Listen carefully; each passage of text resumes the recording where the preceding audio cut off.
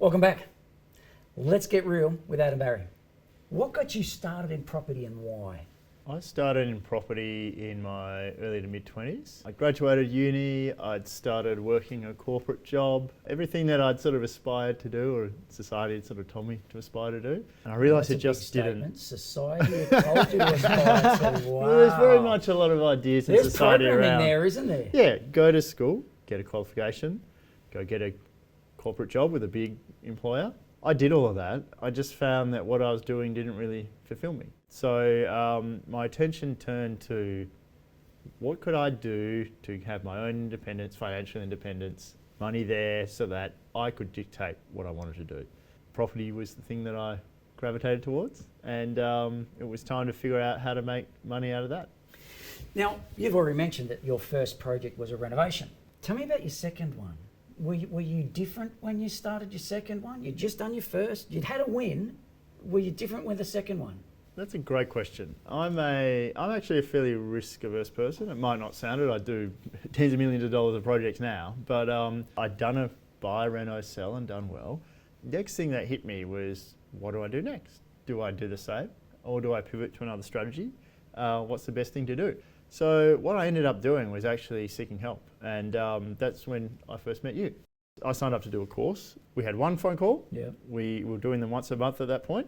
By the second phone call, I was into my next renovation, and off I went. And I made, I think, 70,000 out of that one. Yeah. You talked about coaches and mentors, right? But also, besides that, the alternative is also to find just like-minded partners in the same journey. Because, for example, that's how I started, is with two other partners on the same journey, and we did not have coaches or mentors, but we coached ourselves, essentially. And that can be another way. Both those things work together very well. Network is crucial.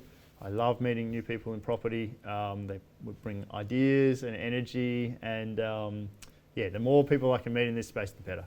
I'm going to cast your mind back. You've done a reno, you've done another reno. We move a little bit forward. What was the event in your journey that had you believe that you could actually do this full time? I love that question. I thought of two very clear stories that can answer that. So let me tell you the first one. Sure. I was working on a renovation. I think it was actually my first renovation. I was outside filling a skip in with my dad. Fun work on a sunny day, and we're just having a chat. And I realised that with what I was likely to make off that project, that I was earning more money off property than I was from my job. And it wouldn't take much to double my income. The second point was around, okay, how do I make that work? You do need money to do property. Everyone knows that. That's why it's hard for people to buy their first house. And I was in a 2-year project at the time to demolish and build a very small apartment block of 4 apartments. And I was getting a bit frustrated because I kept seeing great projects come up on market, and it was a call with you. You were my coach. You said, Adam, I've been telling you this for a while now. You need to partner with other people, and if you're short of cash, work with the guys who have cash. And it was such a simple statement, and everything aligned in that I remembered I already had, half a dozen people who'd been asking me, can I work with you? How could I get involved? And they wanted to give me the cash, and I just wasn't open to it. So I contacted some of them. We came together, set up a little JV, bought a development site, and that was the moment I knew, you know what? This solves that problem. I can now set up a business and scale a business because I'll be able to find the resources I need to make everything work. So now bring your mind forward to today. How far are you away from achieving everything you've wanted to achieve? What sort of development activity have you got underway right now?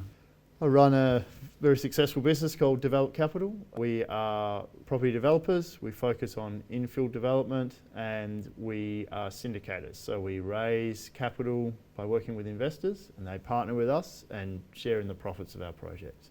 We are very focused on business now. It's that evolution. We do property well, and we're learning new things in property. So we are working on scaling. Our goal is to increase 60 million to 150 million. Wow. And I think that leads into where I'm heading is, one of my business partners says it well, it becomes more of a journey of self-mastery. And I know that sounds a bit high level, but what it is more, how do I get better? How do I do different and new things?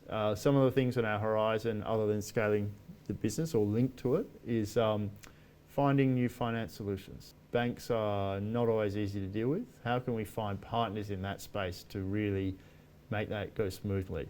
And we're also looking at maybe changing macro markets a bit. We've done a lot of things in Perth. Perth has been a very good market for us. It's currently going through a boom, but booms won't last forever. And what are other opportunities potentially in a place like Melbourne?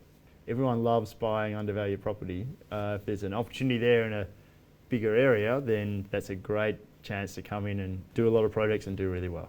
And Brandon, don't you find it amazing what he's described versus what he started out with, which is first reno, and now morphing into this juggernaut that is about to happen as property. And one deal at a time, and anybody can, yeah, exactly. And if you took me back in time to the first phone call and told me you had the crystal ball, I wouldn't have believed you, and it would have scared me witless. Yeah, and that's exactly the point. The question was, what event occurred that had you finally believe that you could do it? Because nobody starts out believing they can do it. Everyone starts out with a hope and a prayer that maybe, but nobody does. So if you're fearful at all, and if you're nervous at all about getting started on your property journey, that's okay. In fact, that's great, because that will lead you on a discovery of getting it right before making a mistake. There is a very clear path. It starts with start small. Build on what you learn. Build on your skill. Then build on the size of the project you take on, and then start to build on the frequency of the projects that you do. To get started, it's just a matter of reaching out to people and starting a conversation. Now, I'm really looking forward to the next episode where we start to talk about how to read the market. It's a very exciting episode around how most people get it wrong, and if you get it right, it has the capacity to greatly improve the profits of the projects you undertake. Talk to you next week.